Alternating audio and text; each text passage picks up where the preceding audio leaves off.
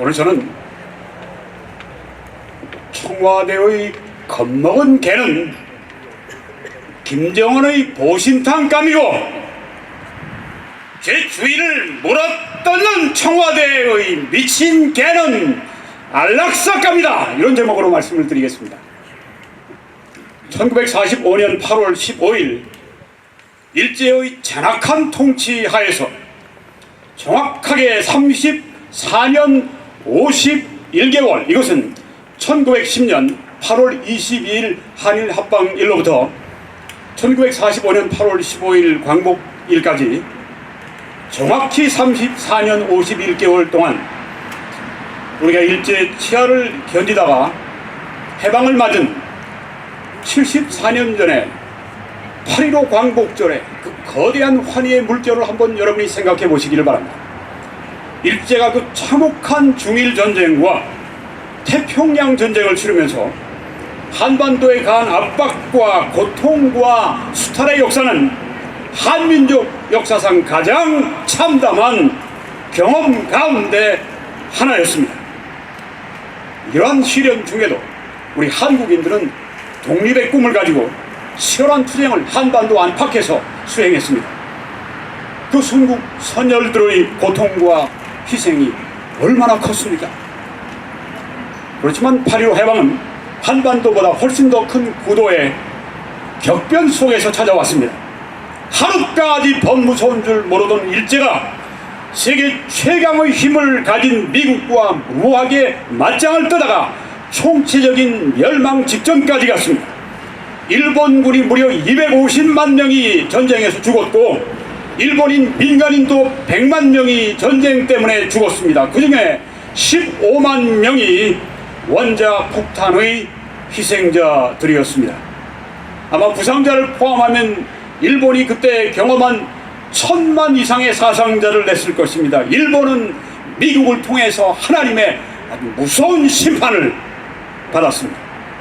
그리고 일본은 무조건 항복함으로 한국은 간격의 해방을 맞았습니다. 8.15 광복은 당시 세계 최강의 미국이 큰 희생을 통해서 그리고 우리에게 주어진 것입니다. 또한 그것은 역사를 주관하시는 하나님의 거룩하신 뜻이었습니다. 그래서 우리는 혈맹 미국에 감사를 표하고 미국을 통해서 해방을 주신 하나님께 감사와 영광을 돌리는 것입니다. 성경 신명기 4장 34절에 이렇게 말씀했습니다. 어떤 신이 와서 시험과 이적과 기사와 전쟁과 강한 손과 편팔과 크게 두려운 일로 한 민족을 다른 민족에게 인도하여 낸 일이 있느냐? 이는 다 너희의 하나님 여호와께서 애굽에서 너희를 위하여 너희의 목전에서 행하신 일이라고 말씀했습니다. 여기 애굽에서를 빼고 바로 우리나라를 집어넣으면 우리에게 아주 적용되는 적절한 말씀입니다. 그로부터 74년이 지난 지금 2019년에 8월 8.15 광복절의 특징 중 하나는 대한민국 건국 71주년에 대한 언급이 여야 정치권에 거의 없어졌다는 것입니다. 문재인 남측 대통령은 8월 15일의 광복절 경축사에서 71주년 건국이나 이승만 대통령에 대한 언급을 전혀 하지 않았습니다. 그거야 뭐 우리가 그런 줄 알고 있습니다. 그런데 황교안 대표도 8월 14일 국회 본관 중앙홀 이승만 동상 앞에서 발표한 담화문에서 건국 71주년이나 건국 대통령 이승만에 대해서 전혀 언급하지 않았습니다. 비록 이승만 동상 앞에서 담화문을 발표했다 할지라도 보수우파 정당의 대표가 어떻게 이럴 수 있습니까? 문재인 좌빨 정부는 대한민국의 역사를 지우고 해체하기 위해서 아주 의도적으로 71주년 건국을 빼고 있습니다. 이러한 때 보수우파 정당의 대표가 어찌 문좌빨 정부에게 저항하지 않고 고분고분하게 순응합니까?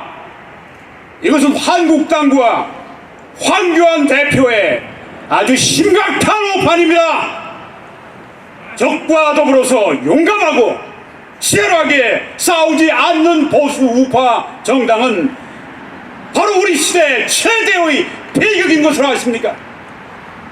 이와 같은 총체적인 위난 속에서 우리는 원균의 함대가 아니라 이순신 함대 같은 결사각오하는 보수 우파 정당이 반드시 필요합니다. 그렇지 않습니까? 맞습니다. 한국당은 박근혜 대통령을 불법적으로 탄핵한 일에 제일 큰 책임이 있는 정당입니다. 박근혜 대통령의 마녀 사냥에 편승하거나 혹은 몸을 사렸던 프로야구 의리가 없는 정당입니다. 지금의 한국당은 3년 전의 한국당과 크게 달라진 것이 없습니다. 보수우파의 원칙에 굳게 서 있지 못하는 정당, 대중의 눈치 보기에 급급한 정당, 치열한 싸움을 할 줄 모르는 정당, 유약한 정당, 웰빙 정당의 이미지를 벗어나지 못했습니다. 최근에 박근혜 대통령의 세월호에 관한 발언이 공개됐습니다. 이렇게 박 대통령이 말씀을 했습니다. 그날 세월호 침몰하던 날 편도가 부어있어 굉장히 안 좋은 날이었는데 나중에 밀회 등 보도가 나오면서 굉장히 서글펐습니다. 피해감을 느낍니다. 이게 제대로 된 나라인가 싶었습니다.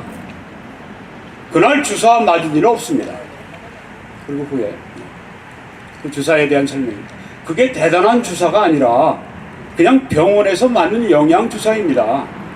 피곤하고 힘들 때 의료진 처방을 받아 주사를 맞습니다. 대통령이 영양제 주사 맞는 것도 안 됩니까? 말 같고 이상한 여자를 만들어 놨습니다. 이게 박 대통령의 말씀입니다. 여러분, 이 박근혜 대통령은 순수한 마음을 가진 그런 분입니다. 이런 박 대통령을 다수의 한국인들이 흉악한 마녀로 만들어 놨습니다. 한국 땅의 일부는 박 대통령의 마녀 사냥을 주도적으로 그렇게 끌고 갔고, 상당수의 사람들은 마녀 사냥당하고 대중의 인기가 떨어진 박 대통령을 그냥 비정하게 버렸습니다. 이는 마치 여리고로 내려가는 길에 강도 만난 사람을 보고 피해서 도망가던 제사장과 레위인과 같습니다. 강도들과 강도 편을 드는 한국인들과 강도 만난 이웃을 버리고 도망치는 한국인들이 하나님의 공의의 심판을 피할 수 있겠습니까? 강도 만난 고령의 독신 여자 대통령을 치료할 것으로 데려가기는커녕 감옥에 가두고 고문하고 학대하는 그런 한국 사회가 하나님의 저주를 피할 수 있겠습니까? 문재인 주사파 빨갱이 정권과 이들을 지지하는 한국 사람들은 지금 이에 대한 큰 대가를 치르고 있습니다. 앞으로도 혹독한 대가를 치를 것입니다. 어제 우리나라의 서해가 북한의 핵 폐기물로 오염되고 있다고 하는 그런 신문 보도가 나왔습니다. 여러분 보셨습니까? 안 보셨습니까? 네. 큰일입니다. 그렇지만 이런 재앙은 앞으로 한반도에 다가올 대재앙의 소막일 뿐입니다. 박근혜 대통령의 명예회복과 복권이 이루어질 때까지 한국인들을 향한 공의로운 하나님의 저주가 떠나지 않을 것입니다. 2019년의 광복절의 또 하나의 특징은 한일 관계가 사상 최악이라고 하는 것입니다. 한국과 일본은 1965년 한일 청구권 협정을 통해서 국교 정상화를 이루었습니다. 그 이후에 한국과 일본은 자유민주주의와 시장경제에 의한 공통의 가치관 위에서 협조하고 경쟁하면서 공동의 번영을 이루어왔습니다. 그리고 박근혜 정부 시절인 2015년 12월 화해치유재단을 설립해서 위안부 문제를 겨우 일단락지었습니다. 그런데 불과 3년도 안 돼서 한국의 대법원은 2018년 10월 30일 강제징용 피해자에 1억씩 배상하라고 하는 판결을 확정했습니다. 그리고 배상을 위해서는 국내의 일본 기업의 자산을 몰수해도 된다고 이런 판단을 했습니다. 물론 이런 판결 배후에 문재인이 있습니다. 문재인이 이런 판결을 내리도록 사법부를 압박한 걸 우리 다 압니다.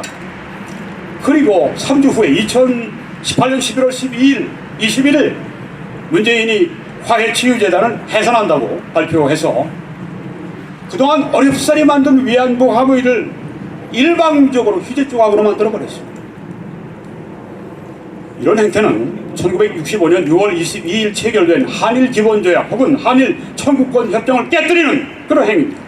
한일 청구권 협정 제2조 제1항은 양 채약국 및 그 국민의 재산, 권리 그리고 이익과 양 채약국 및 그 국민 간의 청구권에 관한 문제가 완전히 그리고 최종적으로 해결된 것이 된다는 것을 확인한다고 규정을 했습니다.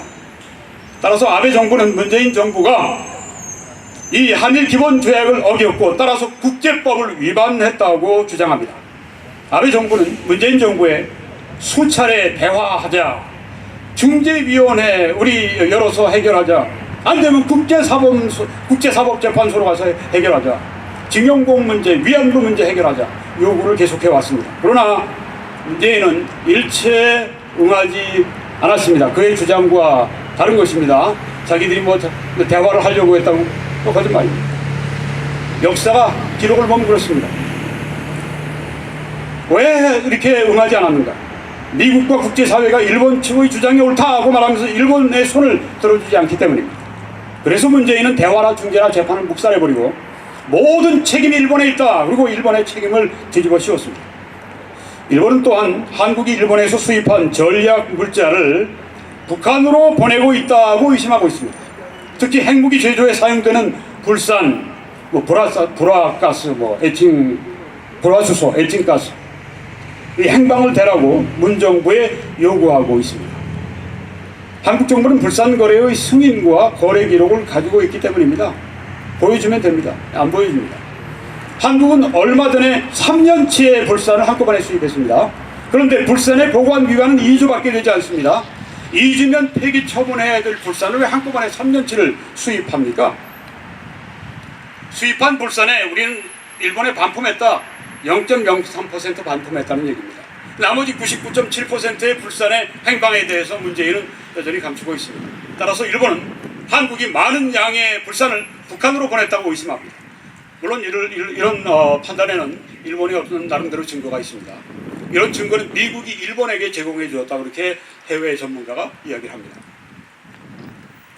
문재인 정부는 대화와 중재와 해명을 모두 거부하고 있습니다. 결국 일본은 지난 8월 2일 한국을 전략 물자 수출 우대국 화이트리스트에서 제외했습니다.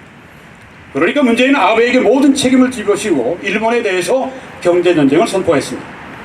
그러나 이것이 한국이 큰 피해를 보는 자해결정을 내린 것입니다. 심지어 국내 빨갱이들, 소위 사회진보연대조차 한국이 혹독한 대가를 치를 것이라고 빨갱이가 빨갱이에게 경고를 했습니다. 게다가 중국 빨갱이 리번프 중국 과학원 경영대 교수, 한국이 이 경제전쟁에서 패배하고 일본의 포로가 될 것이라고 이렇게 경고했습니다. 중국 빨갱이도 이렇게 한국 빨갱이에게 경고를 했습니다. 실로 일본과의 경제전쟁은 IMF 때보다 더 심하게 한국 경제를 붕괴시킬 수가 있습니다. 문재인의 반일 선동은 내년 총선 전략 이후 대국민 속임수입니다. 미혹입니다. 민주당 싱크탱크인 민주연구원 보고서에서 일본에 단호하게 대응하는 것이 총선에 유리하다 이렇게 밝혔기 때문에 그들이 그 일을 하고 있는 것입니다. 문재인의 반일 선동은 총선 승리를 위한 속임수입니다. 좌빨 세력은 나라는 망해도, 경제는 망해도, 안보는 망해도 우리 정권 잡겠다고 아우성을 칩니다. 내년 총선과 2022년 대선에서 그들이 지면 무서운 보복을 당할 것을 잘 알고 있기 때문입니다. 당연합니다. 무섭게 심판해야 합니다. 다음 보수 대통령이 나오면 인정사정 없이 진짜 적폐, 종북 세력 척결해야 합니다. 문재인 세력은 김정은의 말처럼, 김정은의 말입니다, 겁먹은 개입니다. 이뿐이 아닙니다. 제 주인인 대한민국 국민을 마구 물어뜯는 미친 개입니다. 맞습니다. 청와대 겁먹은 개는 김정은의 보신탕 감이고 청와대 미친 개는 안락사를 시켜야 합니다. 제가 여기서 뭐 살해하자고 하는 얘기는 아닙니다. 정치적인 안락사를 말합니다.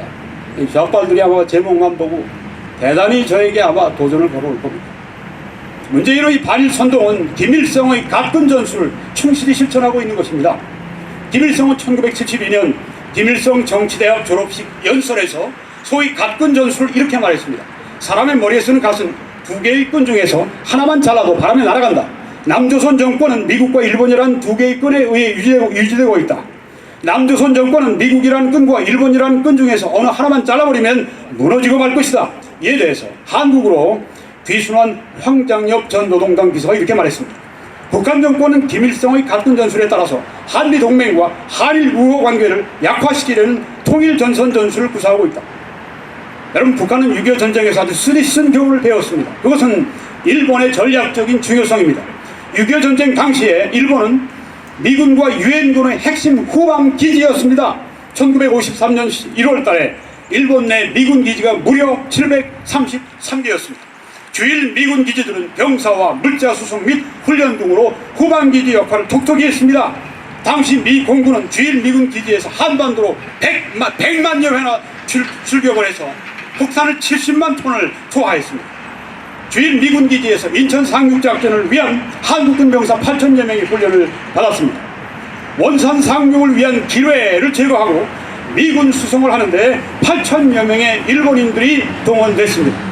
이는 6.25 전쟁에 참전한 유엔군 16개국 국가 중에서 6위에 해당하는 규모입니다.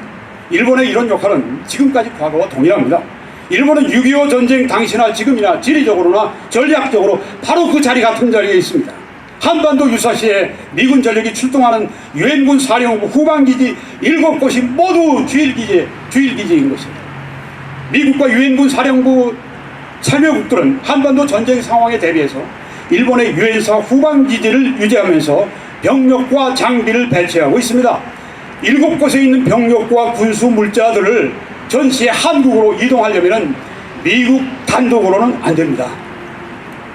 일본 해상 자위대의 지원이 필요합니다. 미국은 항모전단의 호송 전력이 부족해서 일본 이지스함 등의 지원을 받아야 합니다. 북한 잠수함들은 한반도에서 전쟁이 발발할 경우에 한국으로 수송되는 병력과 물자들을 막기 위해서 일본 근해로 출동할 것이 분명합니다. 이때 일본 해상 자위대 잠수함이 북한 잠수함으로부터 수송선을 보호해야만 합니다. 일본 해상 자위대는 막강한 대잠 능력을 보유하고 있습니다.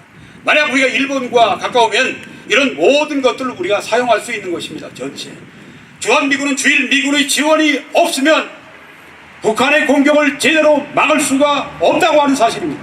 주한미군에 반드시 제공돼야 할 항공전력, 해상전력 그리고 전략 자산을 주일 미군이 보유하고 있습니다. 일본은 전략적으로 한국의 안보에 아주 중요한 국가입니다. 그런데 문재인 이 좌빨 정부는 이런 일본과의 관계를 파괴하고 있습니다. 이것은 김일성의 갈등 전술을 실천하는 이적행위입니다. 그런데 어찌해서 보수파라고 하는 자유한국당이 좌빨들과 함께 반일 선동 이적질합니까? 일제와 자유민주주의 일본은 근본적으로 다릅니다. 박정희 대통령이 한일 화해와 협력을 통해서 일본의 자본과 기술을 받아서 경제 발전을 시키지 않았다면 오늘날 여러분과 제가 보는 우리 대한민국은 없습니다. 한국당 정신 바짝 차려야 합니다. 맞습니다. 이적행위 하지 마세요. 문재인의 반미는 그냥 그치는 것이 아닙니다. 반미를 부릅니다. 반미는 주한미군 철수를 부릅니다. 주한미군 철수는 적화 통일을 부르는 것입니다. 그래서 우리는 문재인의 이 반일 선동을 이적질로 하고 우리는 절대적으로 거부하는 것입니다. 문재인은 김일성의 갈등 전술을 충실히 실천하고 있습니다. 그러나 김정은은 문재인을 겁먹은 개라고 부릅니다. 김정은은 공산주의자들의 전통에 따라서 문재인을 활용한 다음에 보신탕감으로 삼을 것입니다. 스탈린은 신복 트로츠키를 다 사용한 다음에 처형했습니다. 김일성도 1등 공신 박헌영이를 잘 써먹고 난 다음에 죽였습니다. 월맹도 충복중진주를 다 잘 써먹고 처형했습니다. 빨갱이가 부리는 개들은 빨갱이들의 보신탕감이 되는 것입니다. 문재인은 지난 8.15 경축사에서 평화경제에 모든 것을 쏟아붓겠다고 말했습니다. 평화경제는 달리 말하면 남북연방제에 기초한 평화를 말하는 것입니다. 문재인의 경축사는 한마디로 남북연방제를 강력히 추진하겠다는 말입니다. 그러나 이 문재인의 허황된 생각은 이미 코미디가 됐습니다. 김정은은 문재인의 정책을 이렇게 말을 했습니다. 네. 삶은 소대가리가 웃을 일이다. 이렇게 적어버렸습니다. 또 문재인은 사고가 과연 건전한가 의문이다. 김정은이 하는 얘기입니다. 김정은도 그렇게 의심하는군요. 네. 정말 보기 드물게 뻔뻔한 사람이다. 네. 제가 하는 말이 아니라 김정은이 하는 얘기입니다. 똑똑한 대일 대책이나 경제 타개책이 없이 말재간만 부린다. 아랫사람들이 써준 것을 그대로 졸졸 내리 읽는 웃겨도 세게 웃기는 사람이다. 야, 김정은이가 이렇게 바른 얘기할 때도 있네요. 이건 참 정말, 네, 제가 인용하기도 좀 그런데 할 수 없습니다. 사냥 총소리만 나도 똥줄을 갈기는 주제에 애써 의연함을 연출하고 있다. 이렇게 비아냥을 벌였습니다. 네. 이런 자와 협상을 하겠다고요. 네. 참 사고가 과연 건전한지 의문입니다. 네, 이건 아주 우리가 그 김정은이하고 북한 그 공산당들하고 이건 생각이 같은 것 같습니다. 그런가 하면은 트럼프는 문재인의 이리저리 눈알 굴리는 거 있죠. 그 흉내를 내고 공중 앞에서 A4 용지 뭐 읽는 신용을 하면서 늘 가지고 읽으니까 문재인을 조롱하고 문재인에게 10억 불 받아내는 일은 뉴욕 맨하탄의 임대 건물 월세 114불 받는 일보다 더 쉽다. 그렇게 이야기를 했습니다. 온갖 경멸을 표시했습니다. 또한 아베는 문재인에게 섬뜩한 경제 보복을 시작했습니다. 그리고 중공과 러시아의 비행기는 한국 영공을 합동으로 침범해서 한국을 조롱하고 있습니다. 문재인은 집권 2년 3개월 만에 대한민국을 파멸의 구렁텅이로 쳐넣었습니다. 문재인이 살아날 길은 기존의 정책을 모두 철회하고 바른 정책을 펴는 것입니다. 그렇지만 문재인은 그렇게 하지 않을 것입니다. 그렇게 할 수도 없습니다. 문재인은 치료할 수 없는 사회주의자입니다. 몽상가입니다. 그래서 한국에서 문재인 공산주의자라고 하는 이야기는 뭐 보편적인 이야기입니다. 어저께 8.15 대회에서 김문수 지사는 문재인은 빨갱이다! 이렇게 아주 공개적으로 외쳤습니다. 문재인의 이념병은 치료책이 없습니다. 그러므로 한국민은 대한민국을 해체하고 주인을 물어뜯는 미친 개와 같은 문재인을 안락사시켜야 합니다. 동의하십니까? 네. 여러분, 문재인을 안락사시키지 않으면 대한민국이 안락사를 당합니다. 내년 총선과 2022년 대선에서 압승을 해서 문재인을 반드시 안락사시켜야 합니다. 이것은 시대의 명령이요 하나님의 기뻐하시는 뜻입니다. 김일성을 신으로 삼는 주사파 빨갱이를 따르면 한국민은 하나님의 무서운 저주를 받을 것입니다. 그렇지만 성경 시편 144편 15절에 이런 말씀이 있습니다. 여호와 하나님을 자기 하나님으로 삼는 나라는 복이 있도다. 이 말씀을 우리 한민족, 우리 대한민국에 적용하면 이렇게 됩니다.